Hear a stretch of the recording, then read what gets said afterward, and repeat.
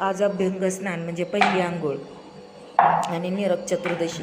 तर नरक चतुर्दशीच्या दिवशीच श्रीकृष्णाने नरकासुराचा वध केला होता.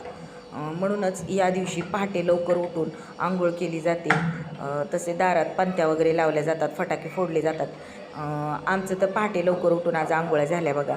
चहा पाणी झालं, दारात फटाके वगैरे फोडायला मुलं गेली आणि आज गोडधोड जेवण म्हणजे लाडू, करंजी, चकली, शंकरपाळी, चिवडा असं सगळं नैवेद्य देवाला दाखवला जातो.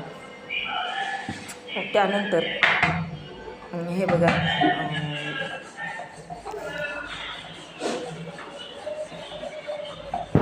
घरात इतकं सगळं गोड करून देखील मुलं भाजी चपाती मागतात. कारण ते म्हणतात की भाजी चपाती खाल्ल्याशिवाय पोट भरत नाही.